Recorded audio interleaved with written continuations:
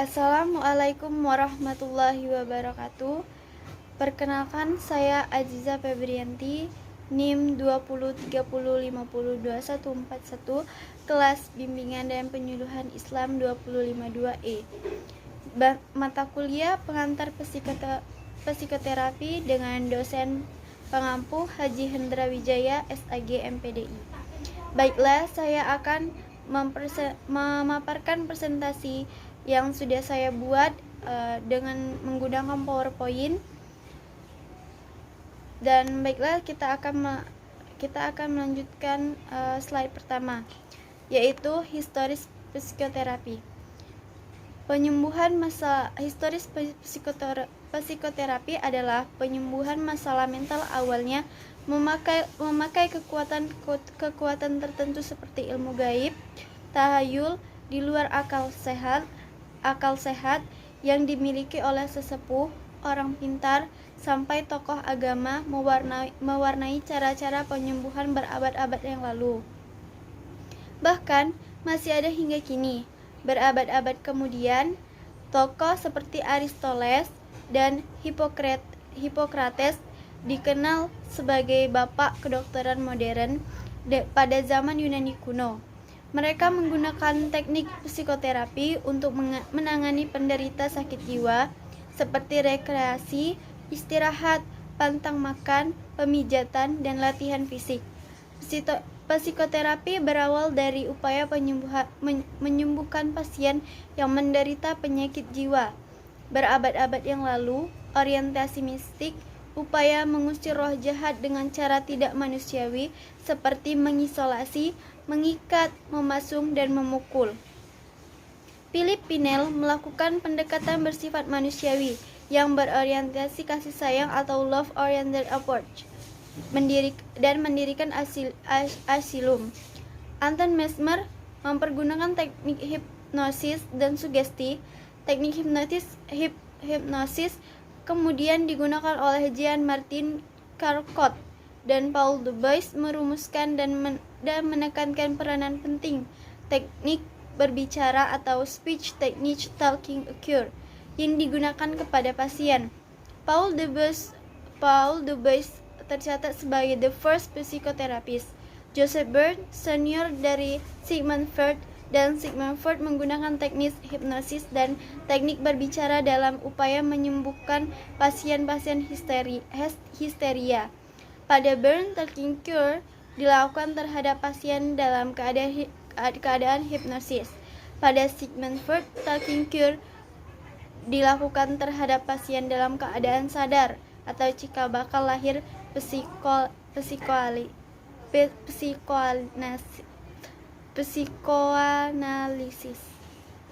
Baiklah, itu tadi adalah historis psikoterapi, dan selanjutnya saya akan ke slide kedua, yaitu pengertian psikoterapi.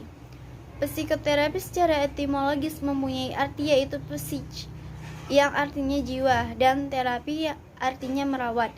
Sehingga dalam arti sederhana, psikoterapi adalah perawatan terhadap aspek kejiwaan.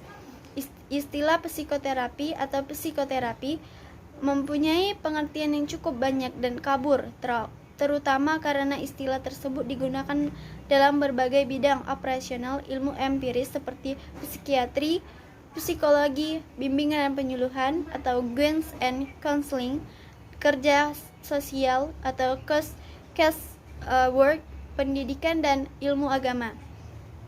Menurut Lewis R. Warburg, MD, dalam bukunya yang berjudul The Technology of Psychotherapy, mengatakan psikoterapi adalah perasaan dengan menggunakan alat-alat psikologi terhadap permasalahan yang berasal dari kehidupan emosional, di mana seorang ahli secara sengaja menciptakan hubungan profesional dengan pasien yang bertujuan menghilangkan, mengubah, atau menurunkan gejala-gejala yang ada, memperantarai atau perbaikan pola tingkah laku yang rusak, meningkatkan pertumbuhan serta perkembangan kepribadian yang positif.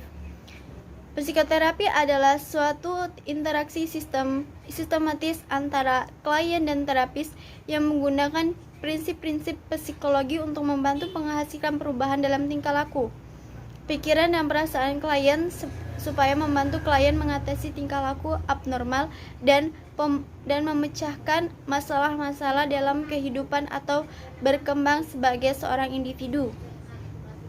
Saya akan melanjutkan slide ketiga, yaitu tujuan psikoterapi. Tujuan psikoterapi dapat dilihat dari beberapa pendekatan. Yang pertama ialah pendekatan psikodinamik. Ivey et al. 1987 membuat sesuatu yang tidak sadar menjadi sesuatu yang disadari. Rekonstruksi kepribadian dilakukan terhadap kejadian-kejadian yang sudah lewat dan menyusun sintesis yang baru dari konflik-konflik yang lama. Maksudnya adalah menyadari masa lalu atau kejadian yang sudah ia lalui untuk membangun kembali kepribadiannya. Masa lalu yang dijadikan sebagai pembelajaran agar mengubah kepribadian menjadi lebih baik. Yang kedua yaitu pendekatan psikoanalisis. Corey 1991 membuat sesuatu yang tidak sadar menjadi sesuatu yang disadari, membantu klien dalam menghidupkan kembali pengalaman-pengalaman yang sudah lewat dan bekerja melalui konflik-konflik yang ditekan melalui pemahaman intelektual. Slide keempat yaitu masih dengan tujuan psikoterapi, yaitu kita lanjut tujuan yang ketiga yaitu pendekatan Rogerian, berpusat pada pribadi, untuk memberikan jalan terhadap potensi yang dimiliki seseorang, menemukan sendiri arahnya secara wajar dan menemukan dirinya sendiri yang nyata atau ideal, dan mengeksplorasi emosi yang majemuk serta memberi jalan bagi pertumbuhan dirinya yang unik. Maksudnya adalah psikoterapi bertujuan untuk memberi jalan kepada seseorang untuk mengetahui kemampuan yang dimiliki dirinya dan mengekspresikan emosinya agar terungkap kemampuan dirinya yang unik yang belum pernah diketahui. Corey 1991 untuk memberikan suasana aman bebas agar klien mengeksplorasi diri dengan enak sehingga ia bisa mengenali hal-hal yang mencegah pertumbuhan dan bisa mengalami aspek-aspek pada dirinya yang sebelumnya ditolak atau terhambat. Maksudnya adalah psikoterapi dengan pendekatan ini untuk memberi rasa aman, nyaman agar seseorang dapat mengungkap atau mengembangkan kemampuan dirinya yang sebelumnya masih terpendam atau belum terlihat. Yang keempat yaitu pendekatan behavioristik, untuk menghilangkan kesalahan dalam belajar dan berperilaku dan untuk mengganti dengan pola-pola perilaku yang lebih bisa menyesuaikan. Maksudnya adalah psikoterapi dalam pendekatan ini yaitu dengan mengubah perilaku yang salah yang didapatkan dari proses belajar menjadi perilaku yang benar. Yaitu yang kelima, yang kelima yaitu teknik Gestalt. Ivey et al. 1987 agar seseorang lebih menyadari mengenai kehidupannya dan bertanggung jawab terhadap arah kehidupan seseorang. Pada teknik ini, psikoterapi bertujuan untuk mengubah kehidupan seseorang menjadi lebih baik dengan cara bertanggung jawab secara keseluruhan mengenai kehidupannya. Dan slide yang terakhir atau slide penutupan yaitu unsur-unsur psikoterapi. Menurut Mazerman 1984 ada 7 parameter pengaruh yang mencakup unsur-unsur lazim pada semua jenis psikoterapi, yaitu yang pertama, peran sosial atau martabat psikoterapis, 2, hubungan atau persekutuan terapeutik, yang ketiga yaitu hak, yang keempat retrospeksi, yang kelima